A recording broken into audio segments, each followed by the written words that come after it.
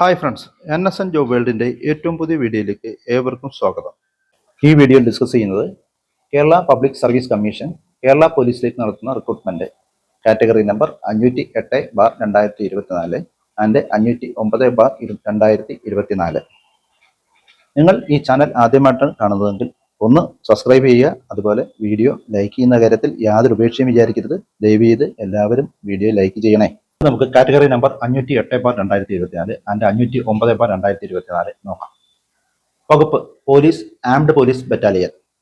ഔദ്യോഗിക പേര് armed police sub inspector trainee. പ്രത്യേകം ശ്രദ്ധിക്കുക, വനിതകളും ഭിന്നശേഷിക്കാരായ ഉദ്യോഗാർത്ഥികളും ഈ വിജ്ഞാപന പ്രകാരം അപേക്ഷിക്കാൻ അർഹരല്ല. ശമ്പളം 45,600 മുതൽ 95,600 വരെ. ഒഴിവുകളുടെ എണ്ണം പ്രതീക്ഷിത ഒഴിവുകളാണ്, അതിനാൽ കൃത്യമായൊരു കൗണ്ട് കൊടുത്തിട്ടില്ല. പ്രായപരിധി കാറ്റഗറി 1 ഓപ്പൺ മാർക്കറ്റ് 20 മുതൽ 31 വയസ്സ് വരെ 2/1/1999 1/1/2004 ഇടയിൽ ജനിച്ചവരായിരിക്കണം. പട്ടികജാതി, പട്ടികവർഗ, മറ്റ് പിന്നോക്ക വിഭാഗം എന്നിവർക്ക് നിയമാനുസൃത ഇളവുണ്ടായിരിക്കും. കാറ്റഗറി 2 20 വയസ്സ് മുതൽ 36 വയസ്സ് വരെ. ഉദ്യോഗാർത്ഥികൾ 2/1/1988 1/1/2004 ഇടയിൽ ജനിച്ചവരായിരിക്കണം. യോഗ്യതകൾ: വിദ്യാഭ്യാസ യോഗ്യത ബിരുദധാരി ആയിരിക്കണം. ഡിഗ്രി ഹോൾഡേഴ്സിന് മാത്രമേ ഈ വിജ്ഞാപന പ്രകാരം അപേക്ഷിക്കാൻ സാധിക്കുകയുള്ളൂ.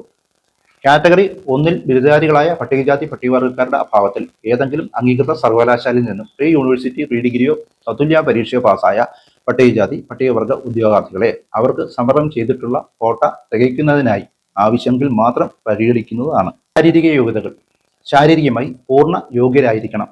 കൂടാതെ ചുവടെ ചേർക്കുന്ന കുറഞ്ഞ ശാരീരിക യോഗ്യതകൾ കൂടി ഉണ്ടായിരിക്കണം.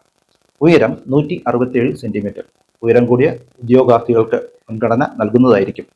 നെഞ്ചളവ് 81 സെന്റിമീറ്റർ. കുറഞ്ഞത് 5 സെന്റിമീറ്ററെങ്കിലും വികസനം വേണം. പട്ടികജാതി പട്ടികവർഗ വിഭാഗത്തിൽപ്പെട്ട ഉദ്യോഗാർത്ഥികൾക്ക് കുറഞ്ഞത് 160 സെന്റിമീറ്റർ ഉയരവും 76 സെന്റിമീറ്റർ നെഞ്ചളവും ഉണ്ടായിരിക്കണം. എന്നാൽ നെഞ്ചളവ് വികാസം ഏറ്റവും കുറഞ്ഞത് 5 സെന്റിമീറ്റർ എന്നത് അവർക്കും ബാധകമാണ്. ഇനി കാഴ്ചശക്തിയെക്കുറിച്ച് നോക്കാം. ദൂരക്കാഴ്ച 2 കണ്ണിനും 6/6 സ്നെല്ലൻ. അതുപോലെ സമീപ കാഴ്ച 0.5 സ്നെല്ലൻ 2 കണ്ണിനും.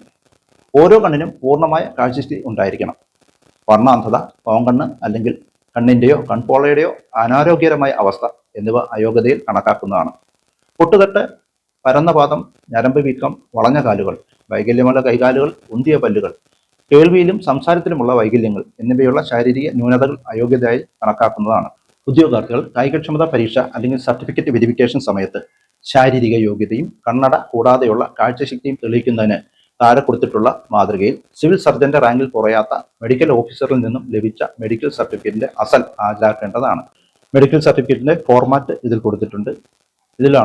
ഈ ഫോർമാറ്റിൽ വേണം നമ്മൾ മെഡിക്കൽ സർട്ടിഫിക്കറ്റ് തയ്യാറാക്കാൻ. അടുത്തത് കായികക്ഷമതാ പരീക്ഷയെക്കുറിച്ചാണ്.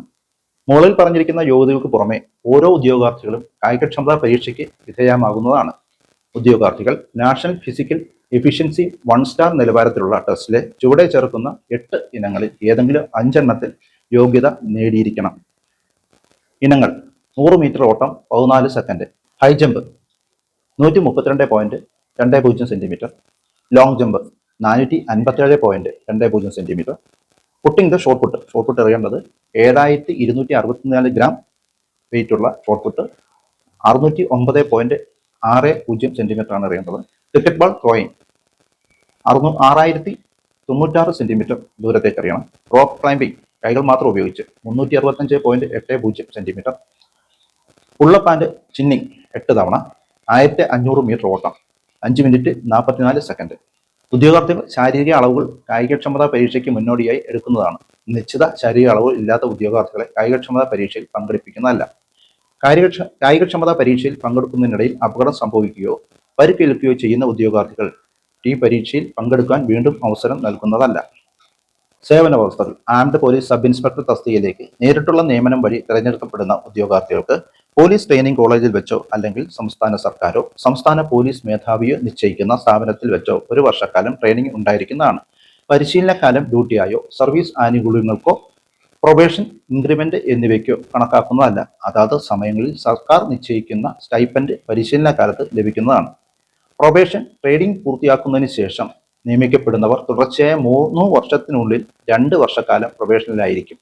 അപേക്ഷ അയക്കേണ്ട രീതി. ഉദ്യോഗാർത്ഥികൾ കേരള പബ്ലിക് സർവീസ് കമ്മീഷന്റെ ഔദ്യോഗിക വെബ്സൈറ്റായ www.kerala.psc.gov.in വഴി ഒറ്റത്തവണ രജിസ്ട്രേഷൻ പ്രകാരം രജിസ്റ്റർ ചെയ്ത ശേഷമാണ് അപേക്ഷിക്കേണ്ടത്. രജിസ്റ്റർ ചെയ്തിട്ടുള്ള ഉദ്യോഗാർത്ഥികൾ അവരുടെ യൂസർ ഐഡിയും പാസ്വേഡും ഉപയോഗിച്ച് ലോഗിൻ ചെയ്ത ശേഷം സ്വന്തം പ്രൊഫൈലിലൂടെ അപേക്ഷിക്കേണ്ടതാണ്.